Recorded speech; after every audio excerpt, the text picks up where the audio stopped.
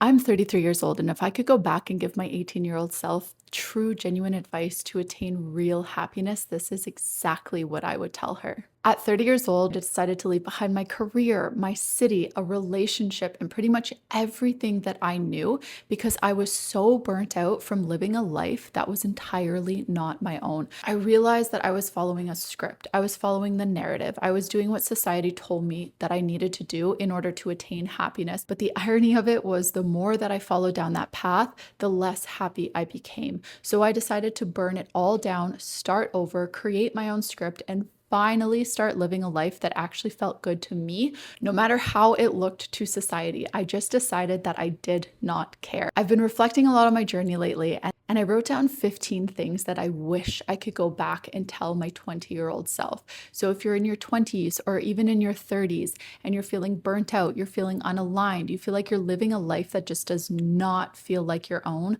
I want to tell you, one, that you are not alone, and two, it is okay to start over at any point in your life. It's exactly what I did, and it is probably the best decision that I ever made. So without further ado, let's dive right in. Number one is to prioritize listening to your own intuition. Especially women, we don't realize that we actually have two brains. The one brain is the one that is strengthened in school. We are always taught to memorize things. We're taught to work hard. We're taught to use that reptilian brain. But our second brain is our intuition. And that's the one that is often quieted. If we get an intuitive hit on something or we have a just because moment, that's not valid enough. So we are taught to quiet our intuition, but our intuition always knows best for us, especially for your own self. No one knows you better than you. So start strengthening your intuition. Number two is do more of what brings you joy. I don't even care what it is, but when you are moving from a place of true, genuine, authentic joy, it starts to come out in your persona. It starts to come out in your energy. You'll notice that you start to attract people who are more in alignment with the true, genuine you, the version of you who doesn't have the really thick mask on, the version of you who loves to play and have fun. It's almost like your inner child. Allow your inner child to come out and play more. They are always inside of you. They're always there. And if you feel yourself really craving fun, that is your inner child screaming for attention and wanting to come out and play. Tap into your inner joy more. This is how we start to truly live. Number three is being called crazy is not necessarily a bad thing. We are taught from such a young age that we have to fit into this tiny little box of normalcy. But have you looked around and noticed what normal is these days? It's this tiny, tiny constrictive box where people are so scared to be judged and to speak their mind and to have a different opinion. And if you do step outside of that box, you're considered crazy. But being crazy is someone who speaks their mind, who speaks their truth, who isn't afraid to be themselves. And those are the people who are just so magnetic. Those are the people that you want to be around. Those are the people that I look at and I think, wow, I would love to be more like them. I would love to have that confidence to express myself more.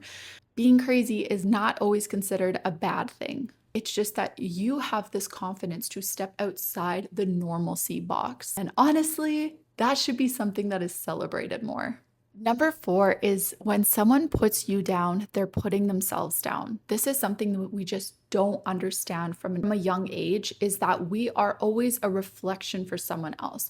So if you are a trigger to someone, if someone is constantly coming at you or putting you down or making you feel lesser, that is just a reflection of how they feel about themselves, especially if you are someone who's going after your dreams, or you're going after your goals, or you're stepping into your truth, and you have someone in your life who is not doing the same. You will trigger that inside of them because they are someone who knows that they are not going after their own goals. They're not living their own truth. So when they see someone like you who is, that will trigger them and they will reflect that back to you. Number five is to not always seek validation from external resources.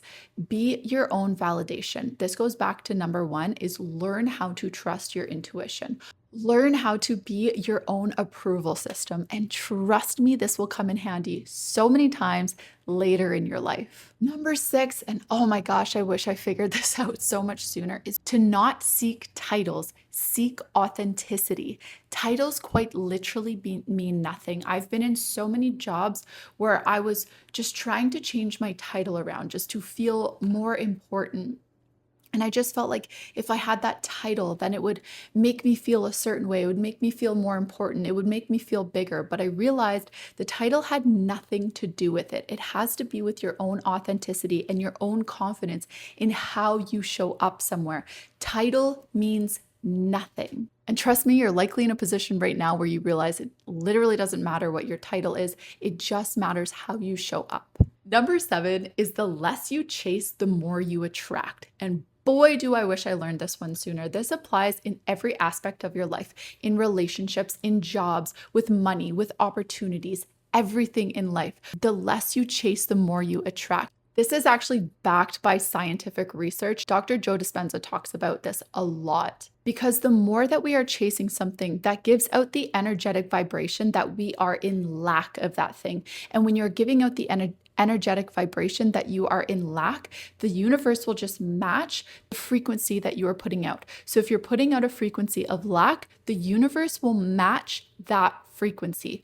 This applies in everywhere in your life. When I learned this, I started letting go a lot more in life. I started having this, it's not that I don't care about things, it's that you care less about the outcome of something. You kind of start to have this, whether I have it or I don't, it doesn't really matter. But once you start to come at things with this more carefree mindset, you'll notice that you start to attract way more things into your life. It's actually incredible how this works. So try this in your life. If there is something that you really desperately want in your life, let go of it. Have this mindset of, if it doesn't happen, it's because bigger and better opportunities are coming my way.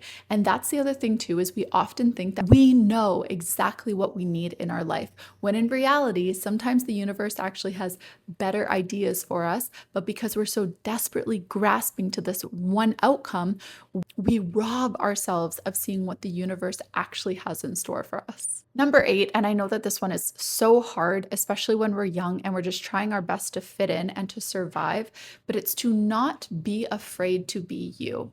Because the more you are you, the more you're your authentic, true self, is the more that you attract your tribe. You'll truly attract your people. And you'll walk around with less of a weight on your shoulders where you're trying to keep up with this facade that isn't even your own. Number nine, and this is one that I really figured out recently, especially since getting into my 30s, is that our parents are on their own journey too.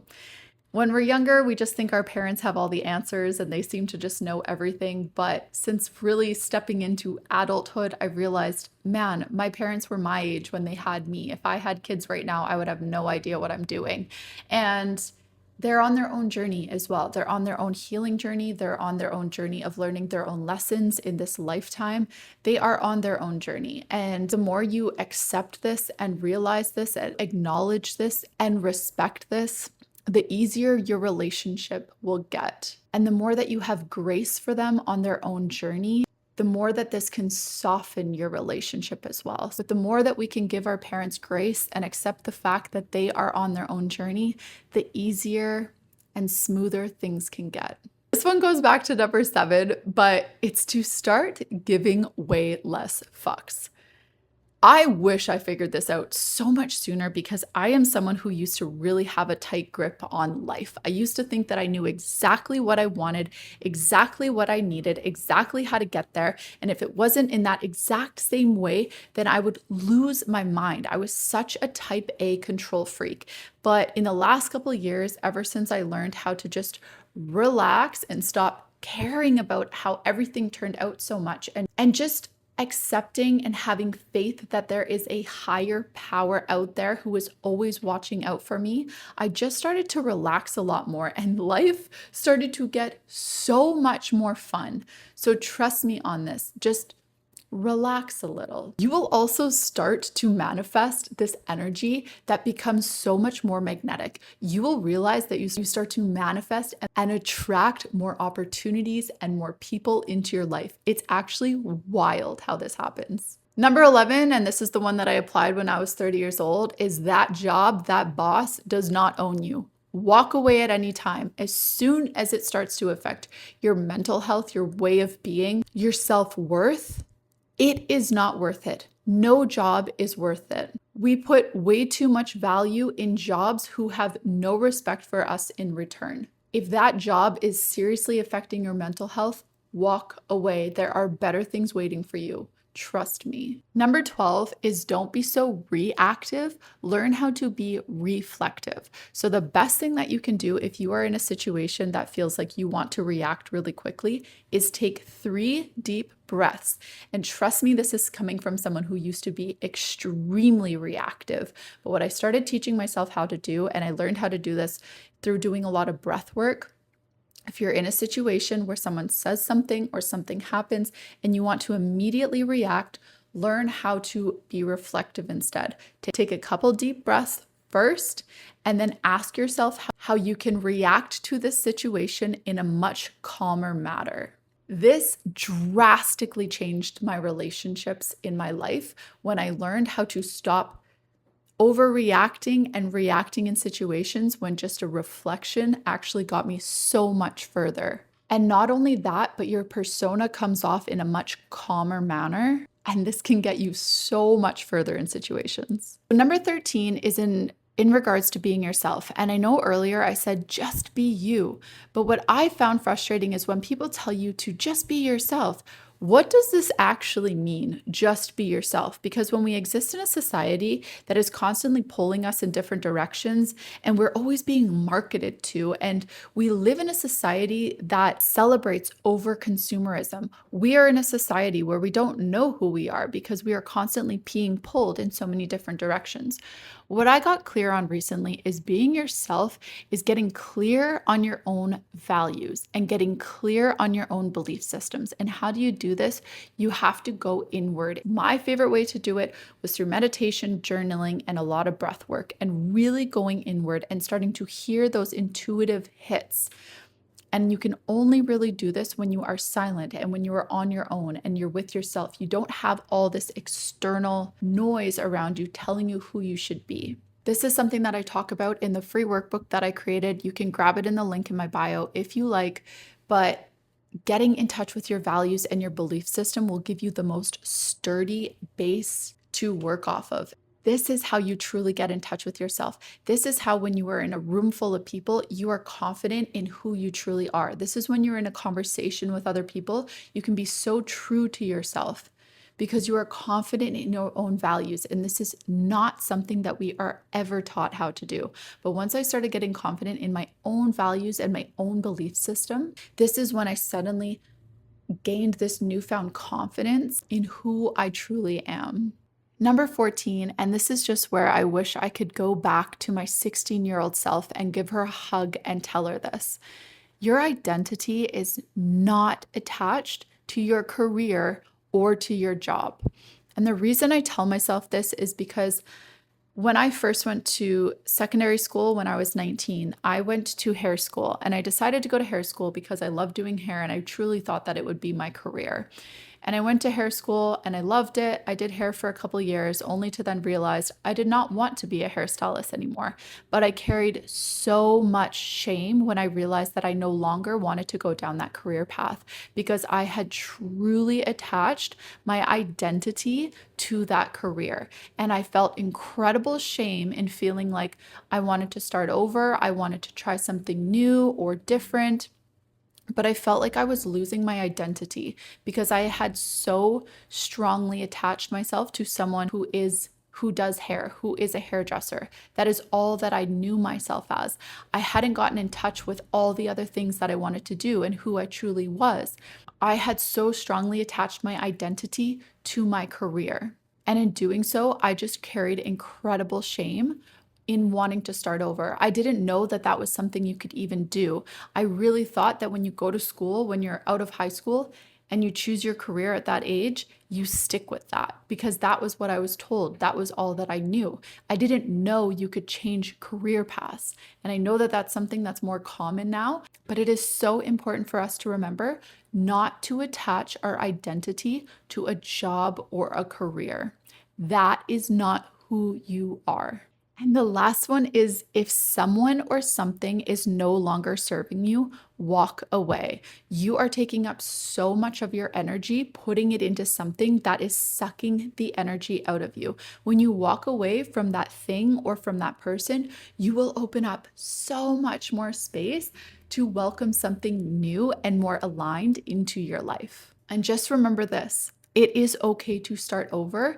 It does not make you a failure. So I hope that you found one of these helpful. And if you did, comment below and let me know which one stuck out to you. I would love to hear from you. And again, if you're new to my channel, I'd love for you to subscribe, stick around. And again, feel free to grab that free workbook that's in my bio. It just helps you get in touch with your values and your belief systems and get in touch with that true, authentic version of yourself. So thank you so much for being here. I appreciate it more than you know, and I will see you in the next video.